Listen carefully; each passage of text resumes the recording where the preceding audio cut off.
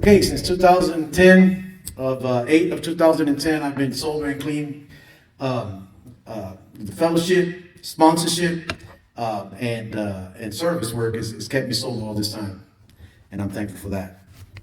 I guess I'm originally from Brooklyn. Let me thank you guys that just came just to hear me. I really appreciate that.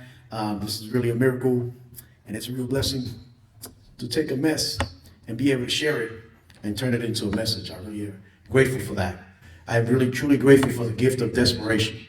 And so tonight, if you've never experienced that, I hope that you are willing to listen and to open yourself up to the chances of hope. I am from Brooklyn, New York, born and raised there. I come from a family of 8 children. My father was an alcoholic. As far as I can remember, I've never seen my father sober too many times. My mother worked hard to keep us clean, safe, warm, fed, and we were so poor that my mother had to put used clothes on layaway. That's how I grew up. The thing about it was, she knew how to find good clothes. And I think out of all children, out of 8 of us, I think I got an opportunity to dress the best out of all of them. It stayed with me, and I'm grateful for that. And if I've learned anything from my mother, I learned no matter what you have, just take care of it, right? You know, I felt like I came from a loving home. I really do. I never felt neglected, even though I wanted more attention than I was getting. I always felt different. I never felt like normal, whatever that was. I don't know. I just felt like there was something different about me. I didn't know what that was. I do remember when I was a small child that out of nowhere, I began to wet the bed, have nightmares, all kind of horrible feelings of falling out of buildings, falling into train tracks. I never knew what that really meant. All I know that it wasn't nothing good. But I felt something happen, but I didn't really recall that. So growing up, there was different things that I responded to that I felt was not normal, but it was my normalcy, you know. Women was the big thing about me, you know. I thought, man, I was just a man, you know, all that. And I loved the women. Fat, skinny, ugly, I didn't care. I just loved women. And it was like, I think that was my first connection of addiction, for real. And I never understood why I had that potent drive of sex in my life. And then I got into porn, great discovery. And then that was going to be the love of my life. And as I gone on, you know, experimenting with weed, you know, and then it was, you know, at 10 years old, I tried crack cocaine, but it was called freebase. And it was this guy that I knew, he was a pimp, right? And I was like little shorty, you know, just hanging out, right? And they thought it was cool, you know. And inside of me, it was like, man, this is nice. I don't know what this is, but I like the way it's making me feel. And so for several years, I never had that experience again. But then alcohol was the thing for me. And alcohol, I'm gonna tell you something about alcohol. It made me feel bulletproof. It made me feel like I'm the most handsome guy in the bar. And after a while, it made me feel like I could whoop them all, for real. And I used to get my ass kicked a lot. Right? I used to think that I was kicking their asses. They were kicking my ass. All I know is that there were times when I was wake up with black eyes, you know, scars and wounds that I didn't know where they come from. And I just remember a point from that point on, something went blank for me, you know. And I guess they call those blackouts, right? And so I went on with my life. I just felt like I accepted the fact that I'm one of those people that like getting high. I really didn't like my real reality. And so I want to kind of jump all the way across. You know, in and out of jail. Every time I went to jail, I was thinking, well, maybe I just need to understand myself a little better. Maybe I need to, maybe I need a really good job. Maybe I need to hook up with a chick that got money. Maybe I need a nice rod. Maybe I need a good drug dealer or a good connection, right? So, you know, like, those are the things that I would value in my life after. So that's what I felt that I really needed. Meanwhile, I have this addiction of all kinds of forms. And I'm wondering, I hate not being high. I just didn't like that. So at the end, I want to jump through all that. So at the end, the last bid that I did, when I got out, got me a job, get me a little steak, get me a case of beer. I could sit there and eat a steak and smoke some crack and be okay. I did that for a couple of weeks, but then I thought it was a really good idea that I need to be consistent about smoking. So, you know the story, right? You know, we quit our jobs so we could smoke full time. It's one of them deals, right? And I got a roof over my head. I'm giving the lady a bunch of excuses. I don't care. You know, there's no repercussions to my, there's no consequences to me neglecting anything. So I'm good with that, you know. At the time I was separated from my ex-wife. I didn't know where they lived, but I prayed hard before I left out of prison. And I said, God, I want to be where you want me to be. I want to be in the middle of your will. I didn't know where my kids lived, but I know they lived in Omaha. And what happened in my separation was that my wife and kids went on a skiing trip and never came home. I lived in Valentine, Nebraska at the time. And I remember the first thing I did, and I think it was like after 18 years, is went to the liquor store and got me a bottle of 7 Comfort. And I sat there with a pack of cigarettes and a bottle of whiskey, and I didn't put that down for about 2 or 3 years. And from that point on, that became the important thing in my life. And my lights were shut off. My everything was electric, my furnace, everything. So then my water got shut off. And then it was like I was driving around in fumes. And then I was like stealing, plates from other cars so I could look legit. And then it got to a point where I was broke. I couldn't get a hustle on. So I started mixing rubbing alcohol with Kool-Aid. And I started getting desperate about getting high. I did not want to feel what I was feeling. I felt abandoned from my kids, from my wife. I didn't know what was going to happen. But suicide became very ideal. And it was really a good idea. The only thing wrong with that was that as a Christian, that I felt like maybe that's coming from the enemy. So I thought, you know what, I shouldn't go there. But one night I decided that it was best for me to just go ahead and blow my brains out. Went in my basement, took my gun out, put it in my mouth. And at the very moment that I did that, I knew how bad things were. So I went to bed, passed out. The next day, I took a sledgehammer to all my guns. I'm depressed. I'm so depressed, I decided to go fishing. I go fishing, man, I can't catch nothing, right? I'm standing on this hill. I'm thinking like, whoa, that hill right over there. I look down, I'm standing on an anthill, man. Red ants biting the shit out of me, man, right? And I'm thinking to myself, oh my God, man, what is it, man? I started scratching. I called a friend of mine, says, now it's raining. I got to go home. There's no fishing. I didn't catch no fish. I got these red ants biting me. I called my friend. I said, man, I'm itching all over. He says, what, did you get into poison ivy? I said, no, I don't think so. I know what poison ivy is. He says, oh, he started laughing. He said, man, what you got is chiggers. I felt like Job. I remember needing a bath, and I had to go down to a friend of mine's that had a restaurant that wasn't open, but he had this sink. You know those big sinks that they use in restaurants? That's where I ended up washing my backside. And it was pathetic, man. But when I look back at it, it was all the choices that I had made that got me to that point. I had lost contact with my family. I decided that it was best for me to leave with this girl out of town, and she was a mess too. You know, it's funny when you're sick and when you're hurting, you get together with hurting people. You get together with sick people, and that's what I did.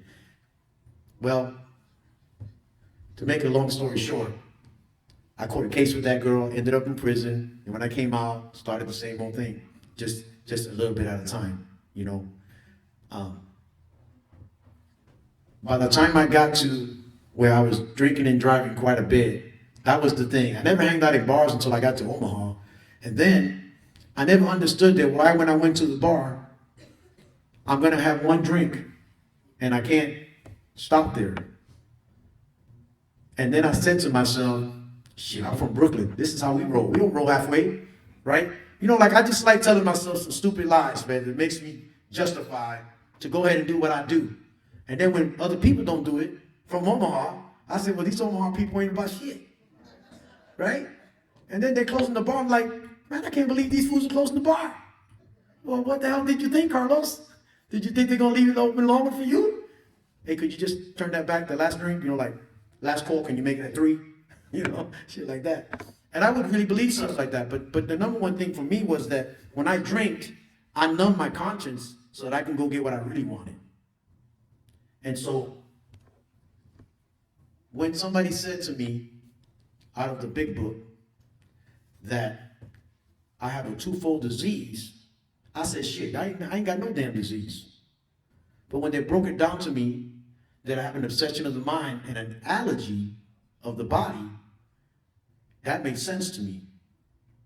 And when I took one and I got that awakening, that desire, and I couldn't stop, it was on. And so I understood when that obsession came in, I understood that I was engaging in something that I could not control. As a matter of fact, it made my will non-existent. And I had no power. And as much as I wanted to stop, I could not. I don't know about you guys, man. When I take a hit of crack, I turn into a Puerto Rican Hoover. I'm all over the floor for hours. I'm smoking sheetrock crack, macaroni and cheese crack, crayon crack, dry rice crack, mac and cheese crack. Yeah. And I'm so illusional, I'm thinking like, oh, this must be good. I found me a good piece. Are you serious? And sometimes, this is a true story, but sometimes I used to throw shit down there so I can find something and feel good about being down there. And I had this attitude about people on the floor, like, man, this is mind over matter, bro. Man, you weak, your will is weak. But I'm gonna tell you something, when my disease was full blown and it was out of control, I was down there for hours at a time. I remember not wanting to be down there no more and not knowing how to get up. Time after time, I tell myself, okay, this time I'm gonna get up. And being stuck like Chuck by myself. And the next day, when it was all said and done, and I'm going home with my tail tucked between my legs, and I'm telling myself, this is the one. And the book said that we could not find enough sufficient force to bring back that time at all. But as soon as I heal up, I forget all about it and go and redo it all over again and again. One of the things that I hated when I came to meetings was when they talked about that those that do not recover, they just don't have those that do not recover, they just don't have the capacity to be honest. They have been born that way. And I thought, this sucker's making fun of my dishonesty. Yeah, I don't like that shit. Shit, I ain't feeling that. I'm from Brooklyn. Yeah, I'm from the hood. Kings County, as a matter of fact, right?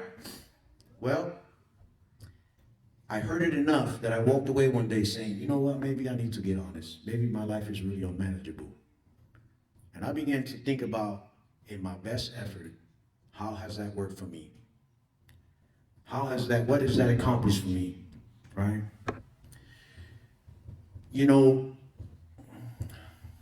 Going ahead a little bit, one day my sponsor was breaking his book open. And I know we joke a lot about this. My book is in sections, like this. It's like this. My book is all like that. But I learned to mark this book in a way that my sponsor transmitted to me. He never said to me, you're an addict, this is your problem, this is what you do, you relate to this. He never said any of that to me. He just simply shared the message with me. And I found my truth a little bit at a time. And I remember talking about Bill when he said, and the goose hung high. I'm gonna tell you something, man. Recovery can be so good. It'll get your head up there like that, and it'll knock you down as fast as you got up. And it don't matter how much time you got clean. I'm truly grateful that by the time I got to recovery where I wanted it, some guy, this brother named Dave, he said, how you doing? And I got sick and tired, man, of telling people that I was doing okay. And I said, I'm not doing too good. And he said, what's wrong? And I said, I relapsed. The funny thing about it is I never unlap. You know, when you never done recovery, you come in here thinking you know something about recovery and you don't know shit. I heard somebody say, man, take the cottons out of your ears and put them in your mouth. Now listen, right? I always listen to people's story, but I never cared to listen to the solution. This time, I came in here desperate enough that I wanted to hear the solution. And when I was 15 years old, I went to my first meeting and I looked at everybody and they looked sick, bad. And I said, I'm not these people. I don't belong here. Oh, yes, I did. But it took me a whole lot of years to get to these rooms. And once I got here, that brother asked me that. He said, what are you willing to do to it? He said, first of all, he looked across my chest and he says, man, he looked at my arm. My arm was all jacked up. I mean, bad, right? Like bleeding, all messed up, you know? And he said, man, he said, what you been doing? I said, he said, you been shooting up? And I said, no, man, that's poison ivory. He said, the next thing he asked me is, what you willing to do? What you willing to do, Carlos? And I said, anything. He said, are you willing to go to detox? I said, yeah.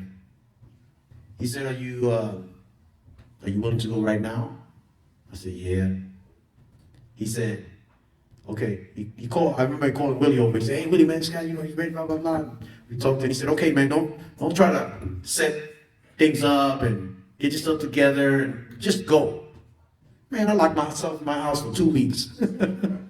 I was depressed, I was scared, man. I was like, shit, ain't nobody gonna find me here.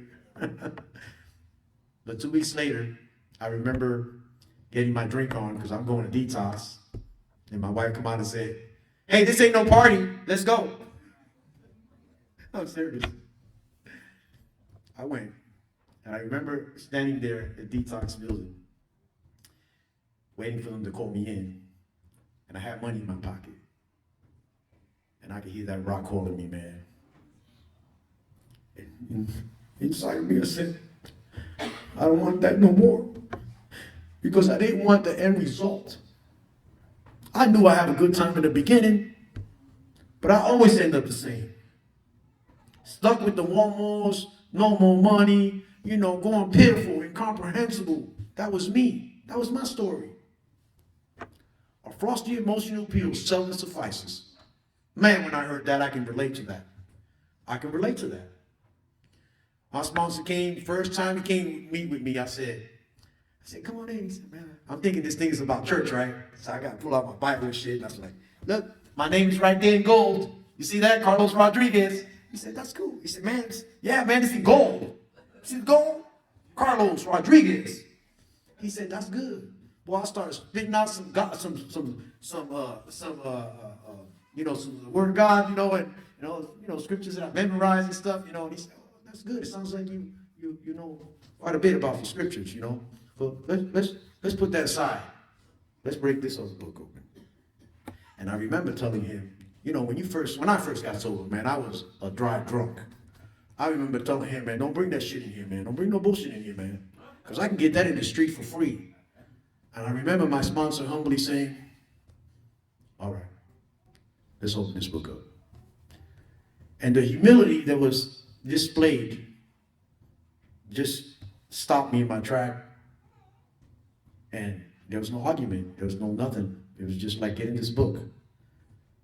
And I was desperate, man. Because I spent 38 years trying to do it my way. And the affliction that I've brought upon myself and the people that I've hurt, it was like, to me, I was convinced there was no way coming out of that. I've tried fixing it, man. Every time I execute the master plan, I end up in places like Rikers and Sing Sing. I've done almost 12 years that I've given these people time. And every time I go in, man, I think to myself, I just got to better myself. I just got to understand myself. So I started some sociology, psychology, all this Christianity. Should I even try Islam? I tried everything. Buddhism, you call it, man. I'm like jack of all trades, you know. At the end of it all, I felt so empty, man. So for 4 years straight, I didn't tell anybody, but every day I thought about killing myself. And I never told a word. Then my wife called me for several hours one night I'm in my garage where I spent a lot of time in there straightening out. Yeah, right. And she would call me at 10 o'clock. Are you coming in? No, I'm still, I'm still straightening this out. She called me at 5. Yeah, honey, I'm almost done. She called me at 6. Yeah, just about done. Sound like the dope man, when he says he's around the corner? Yeah. Let me just say this, man. When I went to rehab, I went to 28 days. And I remember, I didn't know how this thing was going to go. I just knew one thing. When I get out, before I get out, I better have a sponsor, and I better know where meetings are going to be at, And I knew that I got to abandon all those old ideas. And not because the book says that, but because it hasn't worked for me. And then come to find out, the book says that. You see that? That book ain't no lie. This book right here saved my life. This book is the book that gives me instructions how to handle different things in my life. I no longer have a using problem, I have a living problem. And the one thing that I understand is that my disease is never going to stop. My disease is going to be with me for the rest of my life. It ain't never going to matter how much time I got under my belt. And the biggest thing that I had the fear of has become the greatest thing in my life. I was afraid of letting go and embracing something that I did not even understand. But what did I have to work with, right? So my reality was that, hey man, my best thinking, look where it got me. Look what it's accomplished in my life, right? And all the hurt that I had, I had so much hurt in my life that I never even knew how much pain I had. And so it wasn't until I went to rehab, I even had to get on some meds. And, because I wanted to face whatever I had to face. I was desperate. I didn't want to make excuses anymore. I didn't want to minimize. I didn't want to justify. I just wanted to get rid of this thing. And so I surrendered everything. I heard people say, I might be in recovery, man, but I ain't getting down like that. That's not recovery, man. That's some other bullshit. That's the shit that almost killed me every single time. And as a man, I've been taught that if you're not all that, then you just ain't all that, right? You're not a man. That's not true, man. I think the greatest thing that I've ever discovered in recovery was when I stepped on to the shore of liberation. When I stepped onto that, because when I surrendered and I said, you know what? I'm going to do this a different way. In page 30, if it says that, I have to concede. I have to learn to concede, right? So learning is a process. But I had to concede in my innermost that I'm a real alcoholic and an addict. And I like that one part where it talks about that if I'm going to recreate my life, that I'm going to have to be grounded in a power greater than myself. In the beginning, I got out of rehab with 4 warrants.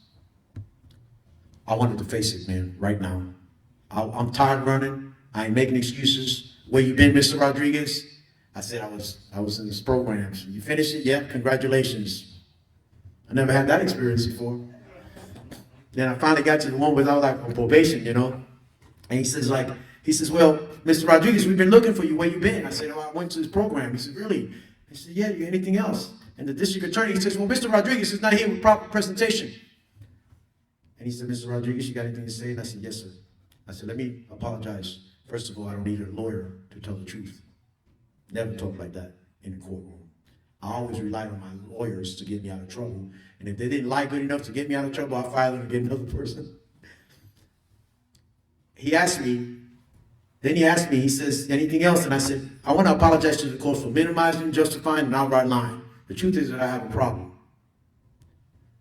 And man, I think that was my first spiritual experience. When I walked out of that court building, I felt like for once in my life, I told the truth. And they dropped everything on me. Everything was dropped. I was amazed. But I'm more amazed about trusting this process. And when you trust this process, the results are incredible. I really thank the Lord for my wife, who has truly invested herself in.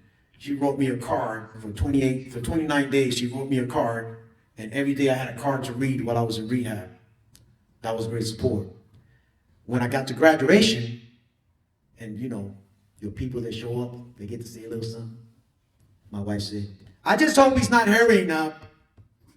And I said to myself, damn, man, I just graduated, you know. I ain't never graduated from parole even, you know. Oh, my wife stood by me. And it's a lot because of my wife. One day finding her crying, I said, listen, if you let me get help, I'll marry you. The bad thing about that is I didn't know how to recover. So it was a process for me, man. And the number one thing is that I got to get honest with me. Is my best thinking working for me, right? Today we're married, a couple years now, and we've been together for like 12 years.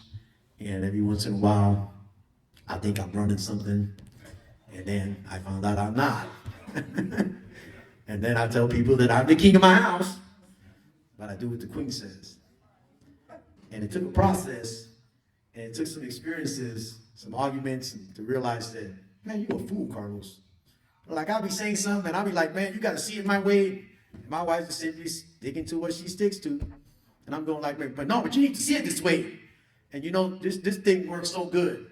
This God conscious thing, you know, this thing of taking your inventory, and I start listening to myself, and I'm like, start laughing at myself, like, you an idiot, Carlos.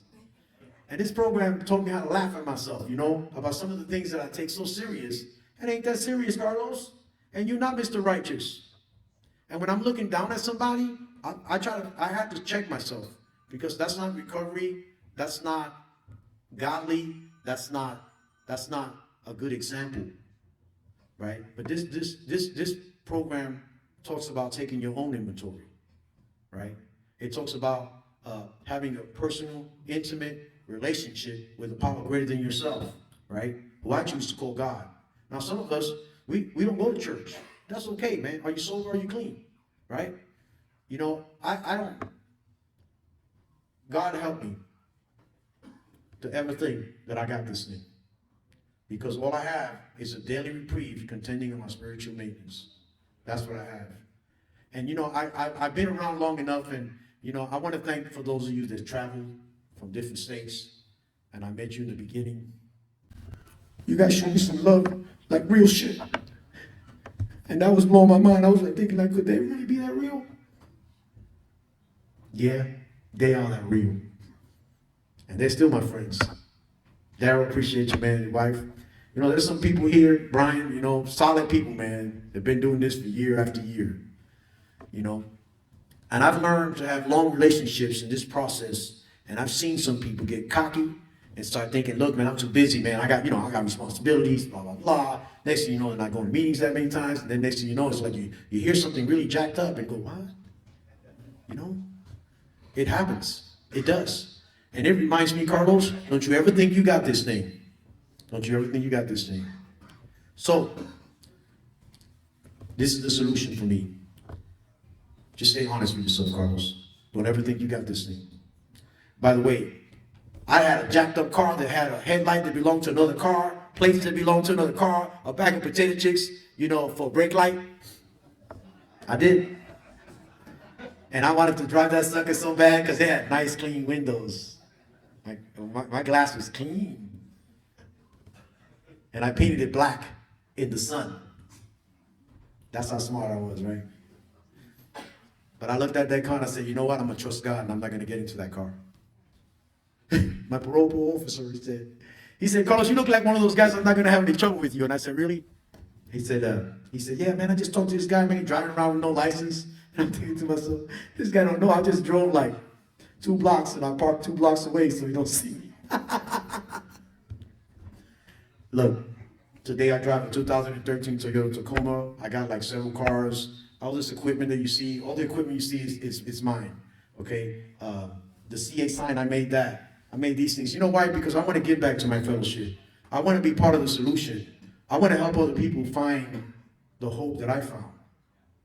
And I'm so grateful for the men and women that come before me.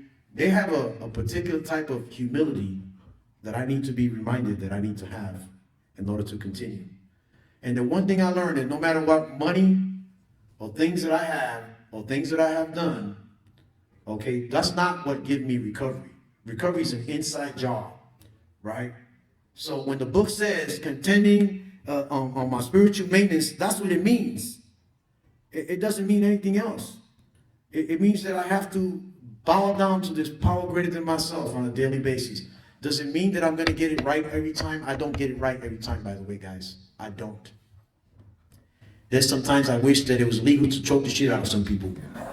Real talk, real talk. And sometimes in the rooms.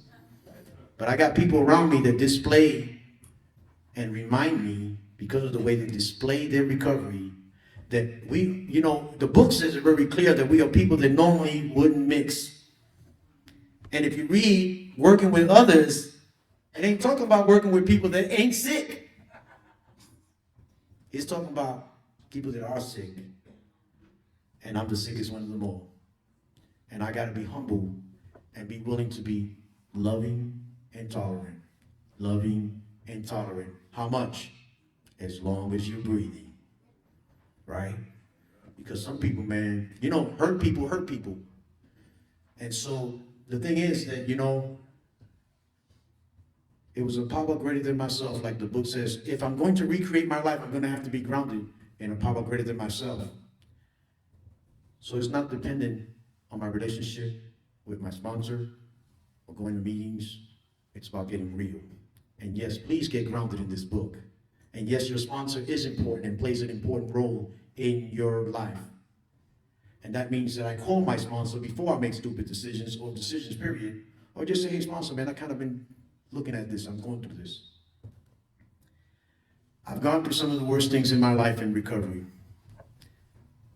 I think one of the worst things is to lose your daughter and an overdose of cocaine. And here I am in a fellowship of Cocaine Anonymous. And the thing about it all, I didn't have to get high. But I had to invite that pain in and say, you know what, I'm going to feel this the way God made me to feel.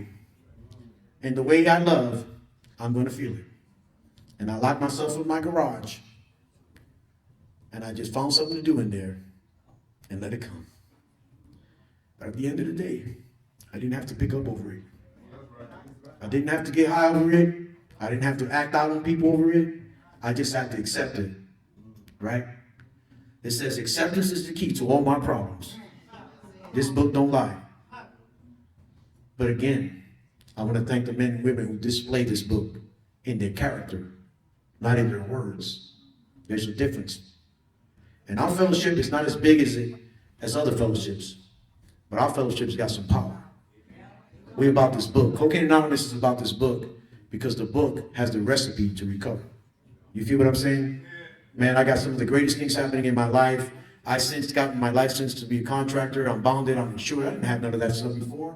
I got great relationships with women and men. And it's not about what I can get or manipulate or work. It's about caring about them. It's about hoping the best. This is the kind of things that happen to me, okay? I was in Walmart. I seen this Puerto Rican people. I think they're Puerto Rican, man. They sound Puerto Rican, There's not a lot of Puerto Ricans out here, right? So I'm thinking like, all right, man, some of my people, right? So I'm like, I ain't shy about nothing. So I seek these people out. And then I finally, all of a sudden, I end up in line behind them. And I'm like, hey, how you guys doing, man? You guys Puerto Rican, by the way? Yeah?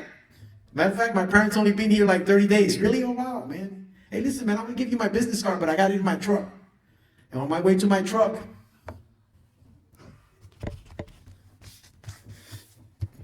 something told me, give those people some money. So I did. I had to give some people $200. Nobody does that, right?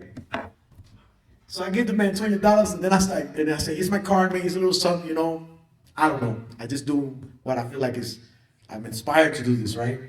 And so then I'm sitting in my car thinking oh my God, what did I just do, right? And I go home and I told my wife, I said, man, I just did this craziest thing, man. I gave these people $200, and I'm like, man, and I looked at the husband and, I kind of second thinking he probably going to keep 100 and only give her 100. He looked like a drunk too, Puerto Ricans, they love to drink, Bacardi rum. So, but you know what? As I was talking to my wife, I was hearing my phone going off, and I was being annoyed by it. But then I stopped and I grabbed the phone and looked at it, and it was a text. And it basically said, you couldn't have given this money to this hardest working people My mother's really here because of many sicknesses that she has and is trying to find a doctor. Thank you for your generous giving the way you did. I will make sure that I will pass it on. Man, I just stood there and cried because I really thank God that I can give what I have freely. Because that's the way I keep getting. You know, sometimes just giving people a small break is a big deal for somebody that don't have much. And the gift that I receive is incredible, man. It blows my mind. But I feel free from the inside out. And I thank God for this fellowship. So I want to keep coming back to, you know, going to meetings and reaching out to others and sponsoring guys and staying plugged into our fellowship. Because I found a freedom from within when I do that. And when I'm giving to myself, and there's been so many different experiences that I've had. My son did not believe that I was doing recovery because I really wanted recovery because I was really that desperate. He said, man, you're on parole, man. On probation. As soon as your probation's over, you'll be doing the same thing. And me and my son got into it one time. He punched me in the head. I was so hurt because I had to whoop him. I whooped him too. I let my kids put their hands on me. But you know, when he gave me a Father's Day card, he said, Dad, you're always thinking about others. I'm proud of the dad that you are. You know, it's just things like that, man. They're priceless. And it's things like that that this program allows me to experience. But when I surrender everything, I'm able to experience that, you know?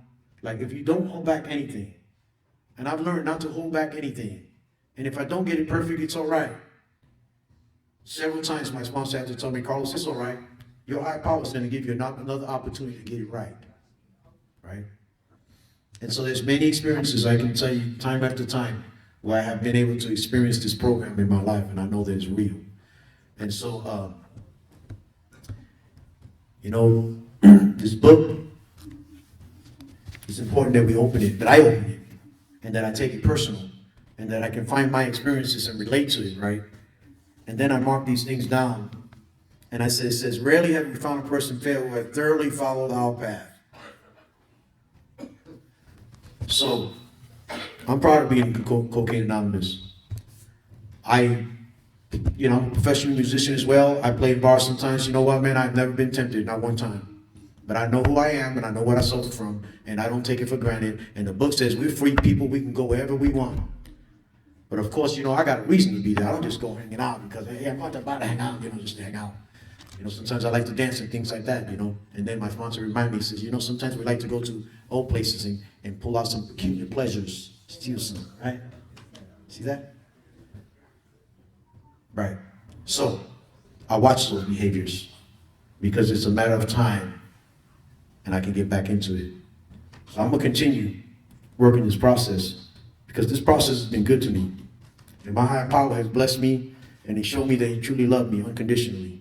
And I thank the Cocaine Anonymous, the fellowship, not just here in Omaha, but all over the states that I've been, man. You guys have always made me feel welcome. You always made me be a part of.